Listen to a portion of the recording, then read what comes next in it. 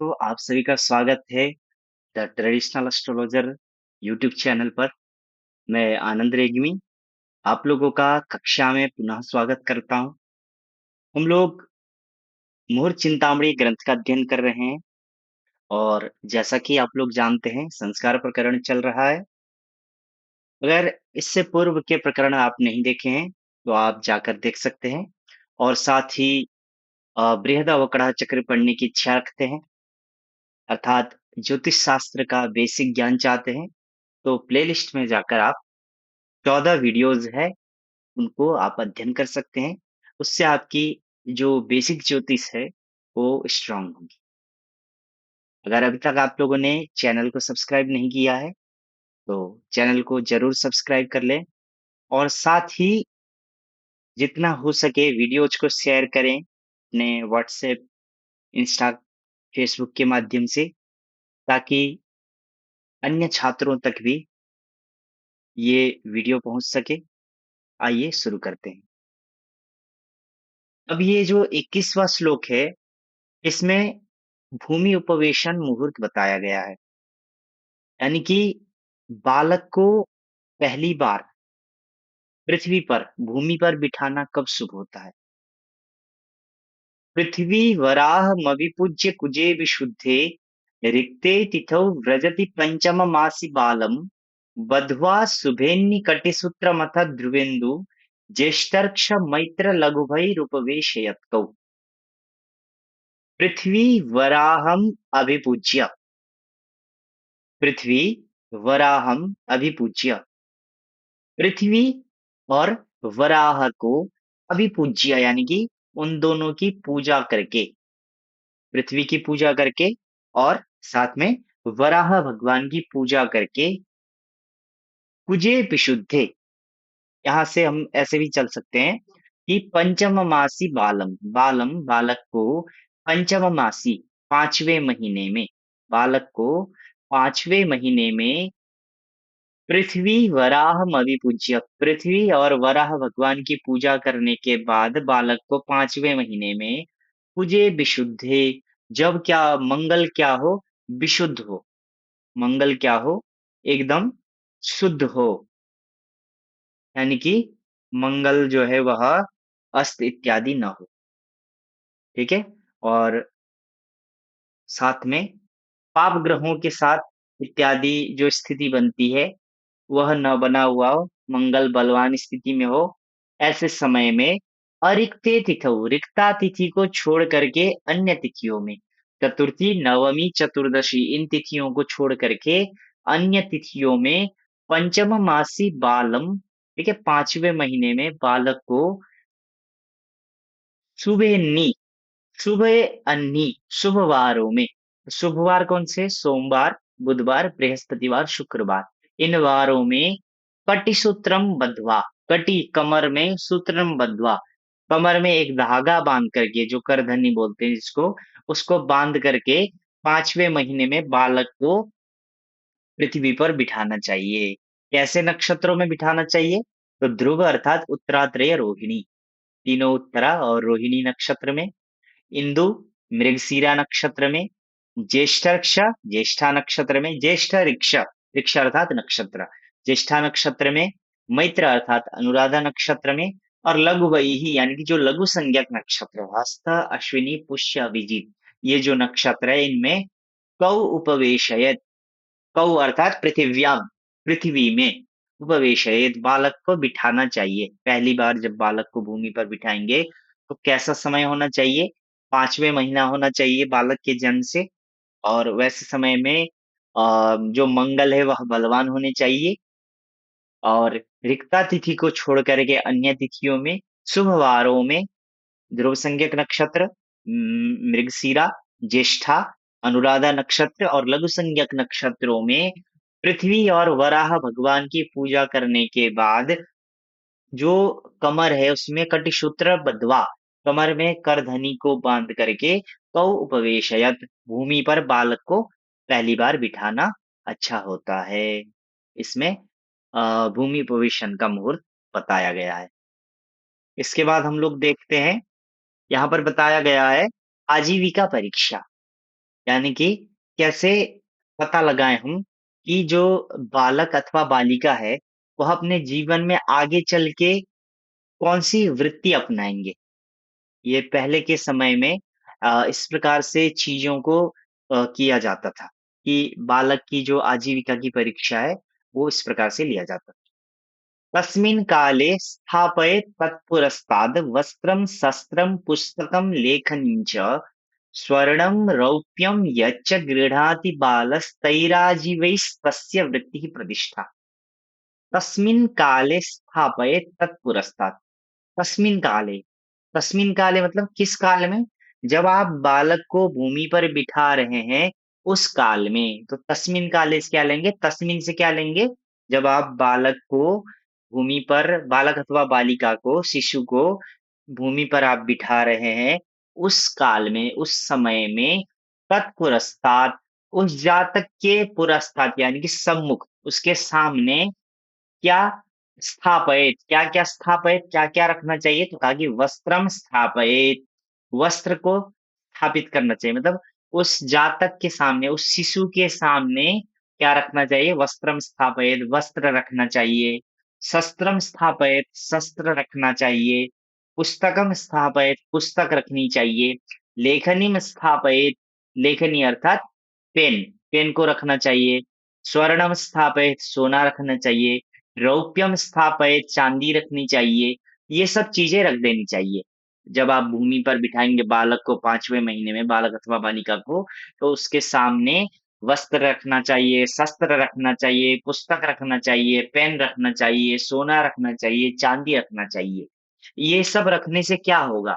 कहा कि यच्च गृह्णाति बालः, बालः यच्च गृह्णाति, जो वह शिशु है, जो बालक अथवा बालिका है, वह यच्च गृह्णाति, जिस चीज़ का ग्रहण करे, वो जो शिशु है, वो जिस चीज़ को जाके पकड़ ले, तैहि आजीवैहि, उसी आजीविका के द्वारा उससे वृत्ति ही प्रतिष्ठा, उसकी वृत्ति होती है, यानी कि उसकी आजीविका चलती है, ऐसा आदेश करना चाहिए। यानी कि आप सामने सभी चीज़ें रख दें, यहाँ पर जो चीज़ें नहीं है और अभी के समय में आपको जो और चीज़ें भी सूझती है, उसको भी आप सामने रख सकते हैं। अब सामने रख के छोड़ दिए, तो जो शिशु है, वो क्या करेगा? वो जाके जिस चीज़ को भी पकड़ेगा, उस चीज़ से वो अपनी आजीविका चलाएगा। बालक अथवा बालिका जो है वह हो सकता है कि अलग-अलग चीज़ें रखी हो तो सबको छुए, फिर दूसरे में जाए, ऐसे नहीं। जिसको पकड़ के बस उसको धर ही ले, रख ही ले, उसी के द्वारा वो अपने आगे की जो आजीविका होगी, उसको चलाएगा। अपनी जो कमाई का जो ज़रिया है, कमाई का स्रोत है, वो उसी चीज़ को बनाएगा। अगर वस्त्र होगा, तो वस्त्र व्यापारी अथवा कपड़े की दुकान, कपड़े का निर्माता इत्यादि हो सकता है। शस्त्र होगा तो आर्मी, पुलिस या शस्त्र बनाने वाली कंपनी अनेक प्रकार की जगह पर जा सकता है। चोर भी बन सकता है क्योंकि शस्त्र तो चोर भी चलाते हैं। है ना? तो पुस्तक हो तो विद्वान होता है, आगे चल के टीचिंग के लाइन में जा सकता है, पुस्तक लिख सकता है, लेखनी हो तो राइटर बन सकता है। उसी प्रकार से सोना होगा तो सोना का व्यापारी बन सकता है, चाँदी होगा तो चाँदी का व्यापारी बन सकता है। तो इसी प्रकार से अनेक चीज़ों को जानना चाहिए। इसी प्रकार से आप अन्य जो चीज़ें आपको सूझती है, वो भी आप वहाँ सामने लाके रख सकते हैं। ठीक है? तस्मिन काल अर्थात जब बालक को भूमि पर बिठा रहे हैं, उस समय में तत्पुरस्तात् उसके समीप में, उसके सामने वस्त्रम, शस्त्रम, पुस्तकम, लेखनीम, स्वर्णम, रौप्यम स्थापयेत्, इन सब चीज़ों को स्थापित करना चाहिए। यच्च गृह्णाति बालः, बालः यच्च गृह्णाति, बालक जिस चीज़ को ग्रहण करता है, तैहि आजीवैहि, उस आजीविका के द्वारा तस्य वृत्तिः प्रतिष्ठा, उसकी वृत्ति होती है, ऐसा आदेश करना चाहिए, ऐसा बताना चाहिए। आगे देखते हैं। अब इसके बाद शिशु का तांबुल भक्षण, बालक अथवा बालिका को तांबुल कब खिलाना चाहिए? तांबुल अर्थात पान।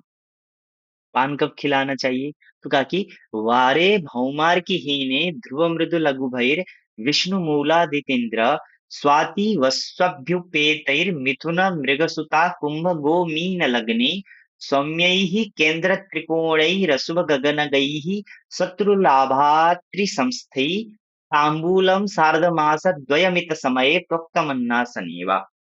यहाँ पर लाभ है, लभा हो गया है, लाभ त्रिसंस्थै ये यहाँ पर नहीं होगा, ठीक है। लाभ त्रिसंस्थै। अब पहले के समय में शिशु को तांबुल अर्थात पान खिलाने की परंपरा भी थी। तो वो कब खिलाना चाहिए? कहा कि वारे भौमार की हीने, भौमार की हीने वारे, भौम अर्थात मंगलवार, और की अर्थात शनिवार। इन दो वारों से हीने वारे, इन दो वारों को हीन अर्थात छोड़ करके, मंगलवार को छोड़ देना है और अर्की अर्थात शनिवार, इन दो वारों को छोड़ करके अन्य वारों में, तो जब इन दो वारों को छोड़ देंगे तो कौन कौन से वार बचेंगे? रविवार, सोमवार, बुधवार, बृहस्पतिवार, शुक्रवार। इन वारों में ध्रुव अर्थात ध्रुव संज्ञक, ध्रुव संज्ञक कौन कौन से हैं? तो उत्तरात्रय, रोहिणी। मृदु, मृदु संज्ञक, मृदु संज्ञक है मृगशीरा, रेवती, चित्रा और अनुराधा, इन नक्षत्रों में। लघु संज्ञक हस्त, अश्विनी, पुष्य, अभिजीत, इन नक्षत्रों में। भई अर्थात नक्षत्र ही, इन नक्षत्रों में। विष्णु श्रवण नक्षत्र में। मूल, मूल नक्षत्र। अदिति पुनर्वसु नक्षत्र। इंद्र ज्येष्ठा नक्षत्र। स्वाति नक्षत्र और वसु, वसु अर्थात धनिष्ठा। अभ्युपेत ही, अभ्युपेत अर्थात युक्त, इन नक्षत्रों से युक्त होकर के, मतलब जिस दिन ये नक्षत्र हो उस दिन के दिन में। और मिथुन मृगसुता कुंभ गोमीन लग्ने, और लग्न कौन सा होना चाहिए? जिस समय आप पान खिला रहे हैं उस समय कौन सा लग्न होना चाहिए? मिथुन लग्न होना चाहिए, मृग अर्थात मकर लग्न होना चाहिए, सुता अर्थात कन्या लग्न होना चाहिए, कुंभ लग्न होना चाहिए, गो अर्थात वृष लग्न होना चाहिए, और मीन लग्ने, मीन लग्न होना चाहिए। इनमें से, इन राशियों में से किसी राशि का लग्न हो उस समय में जिस समय आप पान खिला रहे हैं। शनि और मंगल को छोड़ करके अन्य वार हो, यहाँ पर जो नक्षत्र बताए गए हैं वो नक्षत्र हो, और ये जो लग्न है इनमें से कोई लग्न हो। और ये सब के होने के साथ-साथ और क्या चीज़ें भी होनी चाहिए?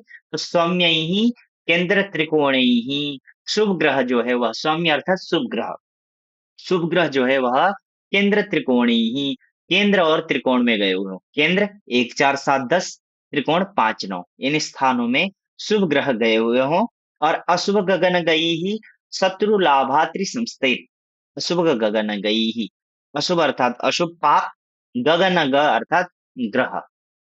तो अशुभ गगन गह, जो पाप ग्रह है, ठीक है, वह कहाँ पर होनी चाहिए?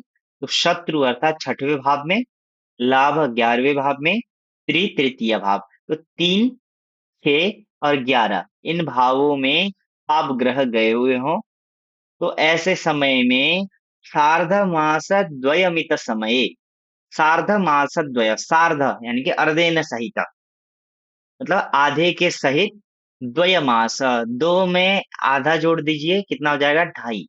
तो 2.5 महीने में जब बालक अथवा बालिका पैदा हो, उससे 2.5 महीने के बाद, मित समय मतलब जब 2.5 महीना हो जाए उम्र, तो उस समय में वह अथवा अन्नाशने प्रोक्तम, अन्नप्राशन का जो समय है, अन्नप्राशन जो कहा गया है आगे मुहूर्त, उसके समय में तांबूलम, तांबूल खिलाना चाहिए, पान खिलाना चाहिए, वह क्या होता है? उत्तम होता है।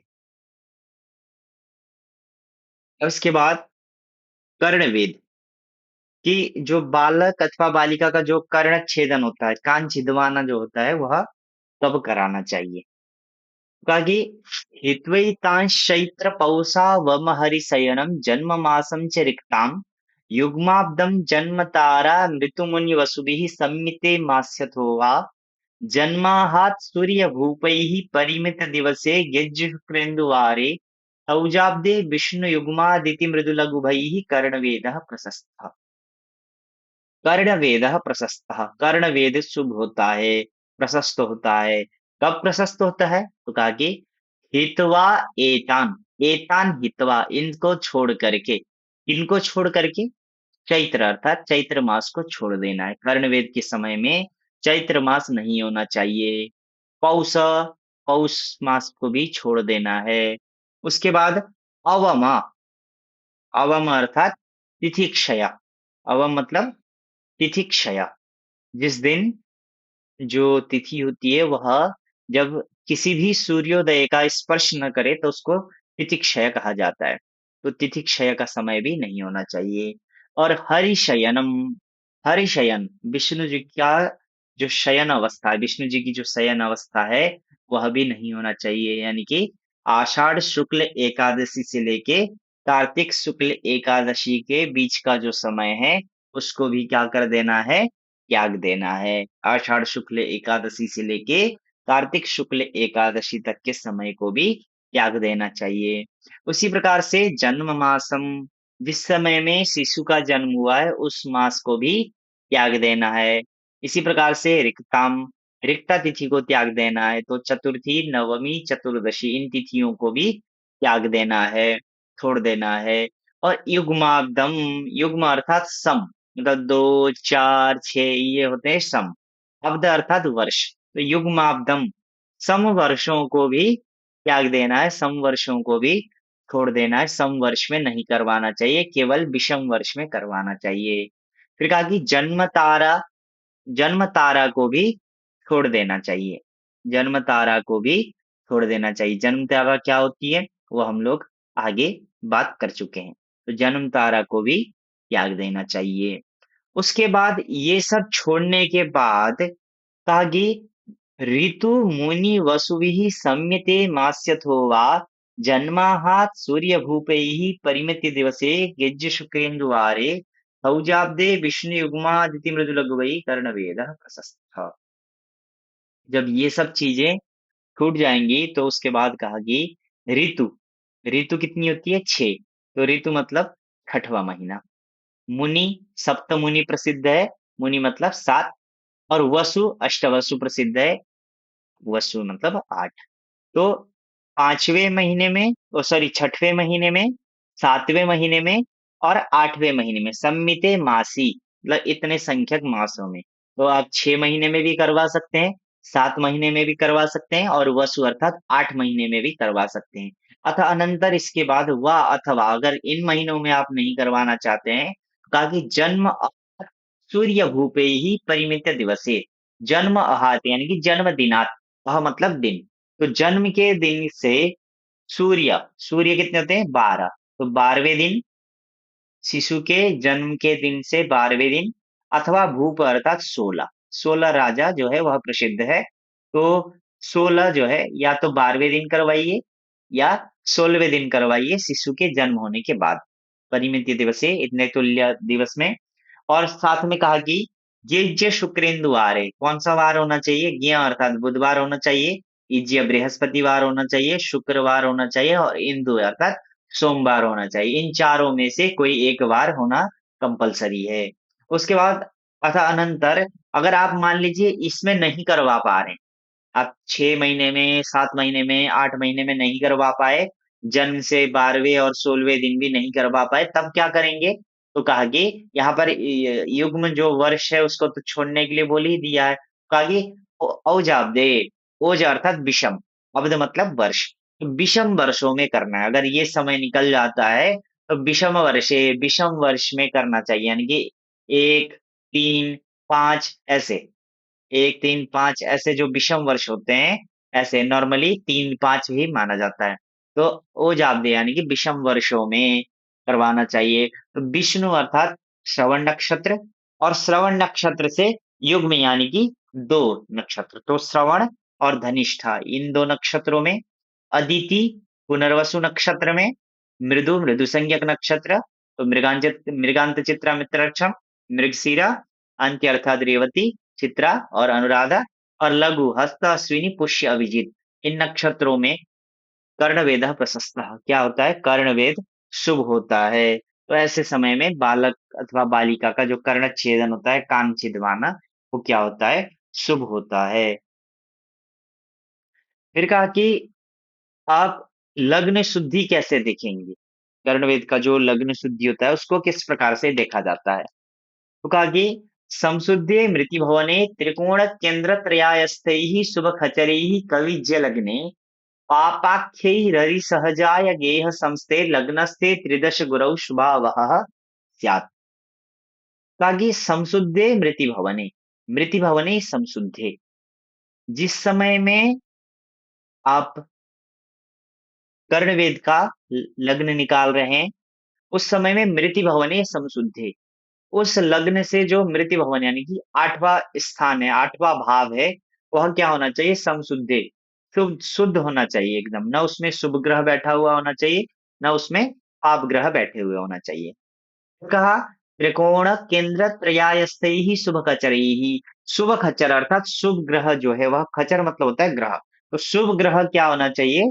त्रिकोण 5वें या 9वें में हो, अथवा 1 4 7 10 इन स्थानों में हो, तृतीय भाव में हो, आय एकादश भाव में हो, शुभ ग्रह इनमें से किसी भी स्थान में शुभ ग्रह बैठे हुए हों, त्रिकोण में, केंद्र में, अर्थात तृतीय, आय मतलब एकादश, इनमें शुभ ग्रह हो, और ऐसे समय में कविज्य लग्ने, कवि इज्य लग्ने, कवि अर्थात शुक्र और इज्य मतलब बृहस्पति, इन दो में से कोई क्या हो? लग्न हो, यानी कि जो शुक्र की जो राशि है वह वृष राशि और तुला राशि है, और बृहस्पति की जो राशि है वह मीन और धनु है। तो इन 4 राशियों में से किसी राशि का लग्न हो, और पापाख्य ही, पाप आख्या, आख्या मतलब कथित, जिनको पाप ग्रह कहा जाता है, तो क्षीण चंद्रमा, सूर्य, मंगल, शनि और राहु केतु, ये जो है कहाँ पर हो?